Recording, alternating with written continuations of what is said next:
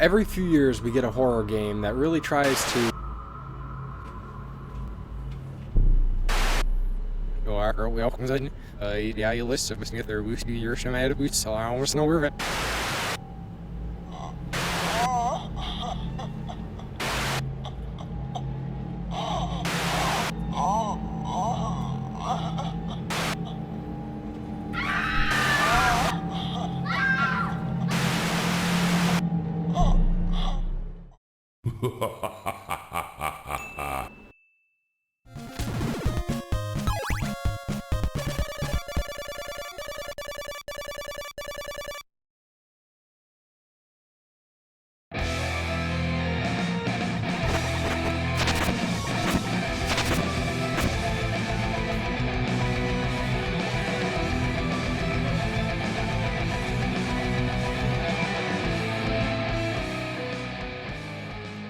Church here, and welcome to the Game Grinder. Today we'll be reviewing the PT demo.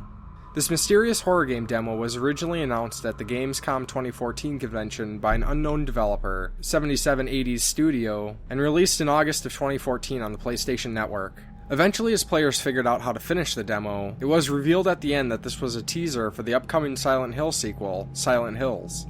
At the teaser portion of this demo, it's revealed that the game is being published by Konami, directed by Hideo Kojima, most well known for the Metal Gear series, and film director Guillermo del Toro, and would star a character in the likeness of Norman Reedus of now The Walking Dead fame. Kojima Productions created this demo teaser under the guise of 7780s Studio to mislead participants.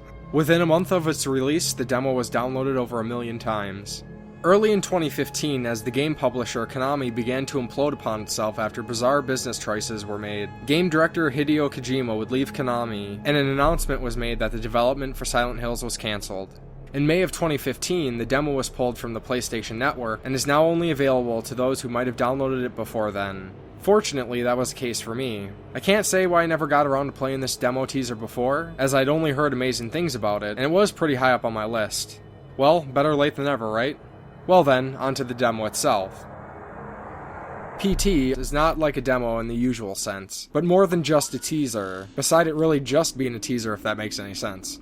It's more of a demonstrative experience and a potential concept to demonstrate how horror can be portrayed without the need of blood, guts, and action that much of the genre has fallen into. PT was a standalone experience, not meant to represent the experience of the at the time in development Silent Hills, but gave a taste of the psychological direction the series was moving towards. This being a purely narrative experience, and less about the gameplay completely, this is a very simple demo. Gameplay consists of movement, free look, and a zoom. We'll move the character throughout the looping hallway as we solve the question of why am I here, that the protagonist is most likely thinking. It's an interesting way to handle this experience, but very effective in the emotions it's trying to tap into. Basically, the premise is this. Our protagonist wakes within an empty room with a door. As we go through the door, we'll find ourselves in the hallway of a house. We continuously make our way through what seems like a looping hallway, but there's a little more to it than that. As we repeat the hallway, there'll be various audio cues and events that will happen, such as radio chatter, doors opening, light changes, and so on. Interaction mostly involves just viewing whatever trigger is needed to proceed to the next situation. It truly is very simple, until a point, and I'll get to that later. Before moving on, I'll be talking about spoilers, but in all seriousness at this point, unless you've downloaded the demo prior to May of 2015, or know someone that's going to let you play this on their PS4, you won't be able to play this, so I'd encourage you to see what this is all about. Let's move on then.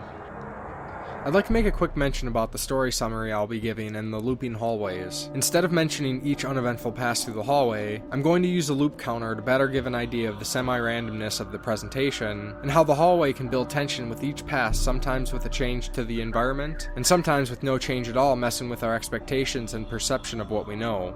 After I wrote the review, I felt like I didn't effectively convey the travels through the hallway besides most of the changing events, so I'd like to mention that I'm covering most of the significant events, and everyone's experience may alter slightly, with more or less eventful hallways, and some situations may or may not occur. As I already mentioned, when the game starts we wake in a darkly lit concrete room. The walls are covered with a large amount of tally marks scratched into it. Nothing to indicate who we are, where we are, or what we should do. Beneath a hazy light is the only escape from the barren prison. A doorway which after entering brings us into a dimly lit hallway. Walking through this strange home, we see remnants of residents, with various framed photos of a man and a woman, and random clutter left behind. Further down the hall, we'll hear a radio broadcast speaking about a father who had murdered his unsuspecting pregnant wife as she was cleaning, and his son when he came to investigate. The man's daughter had hidden in the bathroom, but was lured out when he tricked her into believing it was all just a game and shot her as well. Passing a locked door to a room, and the entry door which is locked as well, we'll proceed down a small set of stairs at the end of the hallway and through a door that strangely enough brings us back to the beginning of the hallway we started in. As we pass through the hallway again, and attempt to pass through the door at the end, it closes and the locked room door begins to rattle and open. Glancing through the cracked door into the darkness, a ghastly woman lurches forward and pulls the door closed. As soon as the door slams shut, the door at the end of the hallway opens up again. Passing through to the beginning of the hallway again, we'll see cockroaches climbing on the walls and hear a baby crying in the bathroom. As we turn the corner, the ghastly woman we just saw is standing in the middle of the hallway, twitching and gasping. Stepping forward, she disappears and the entryway light shuts off. The bathroom door is cracked again, but we're unable to enter it. We'll begin to hear gasping and crying from behind, and proceeding through the last door again, we'll begin at the hallway.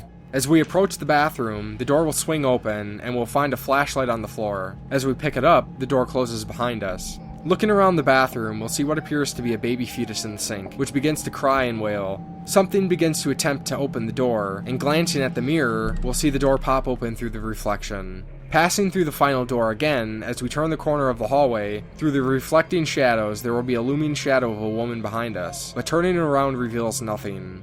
The radio broadcast resumes and a voice speaks messages to look behind you, and other incoherent ramblings. The gasping sound resumes, and as we pass by the radio, there's a message written on a picture stating "Gouge it out." Interacting with the picture causes the woman's eye to burst. Heading through the door again, the hallway lights are off and we'll hear a baby cry. As we approach the entryway, a window will crash down to the floor, and looking up to the home's second level, we'll see the ghastly woman once again. She stares at us for a moment and then backs off into the darkness.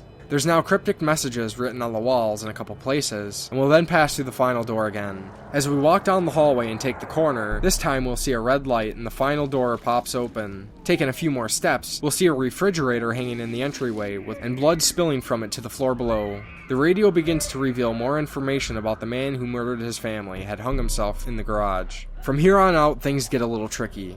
Sporadically, we'll hear the woman, Lisa, gasping and crying as we make our way through the hallways, and this time if coming in contact with her, she'll attack and it appears that we are killed, and possibly eaten. The caveat here though, is after this happens, we'll awaken the original concrete room again. This time there's additional light, and on the table in the corner is a bloody bag, which oddly enough will begin to speak a cryptic message. This time while passing through the hallway, we'll pay attention to the text on the walls. Once we backtrack, we'll see a hello written on the wall next to the phone. After a few back and forths, the hello will slowly disappear, and near the entryway, the wall text gains an added hell. Again, making our way through the door, things take a drastic change. In an almost drunken state, the surroundings will blur and sway. All the lighting has changed red, and there are an assortment of paintings on the walls that will now have all changed to moving eyes. This is a never-ending section of hallways with no door to escape at the end. There appears to be a painting that has fallen from the wall, and a hole that looks into the bathroom. When peering through, we'll hear what sounds to be like the father murdering the wife.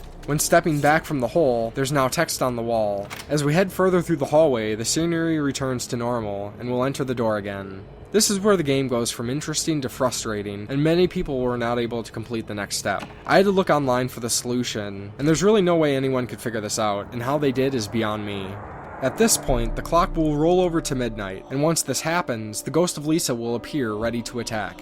We'll have to approach her, and with a microphone connected to the controller, we must say the name Jareth, and we'll then hear a baby laugh from the bathroom. We then need to remain still and await the next baby laugh. Once that happens, we'll run up to the phone and then wait again. Eventually, the controller will vibrate and the phone will ring. Upon answering the phone, we'll be informed that we have been chosen. Then proceeding through the final door, we'll step through and be shown the teaser for Silent Hills. As far as the demo's presentation, all over I was pretty impressed. For an incredibly simple premise, the delivery is spot on. The graphics look incredible, and at times there's a near photorealism in the environment. The demo makes great use of sound and ambient music to give the game its atmosphere, and in the end, this is all about the atmosphere. I'd say the first half of the experience is pretty creepy, with a constantly changing scenario and the near jump scare setups, though it never really uses the jump scare itself. It's pretty close to it, but they handle it very well.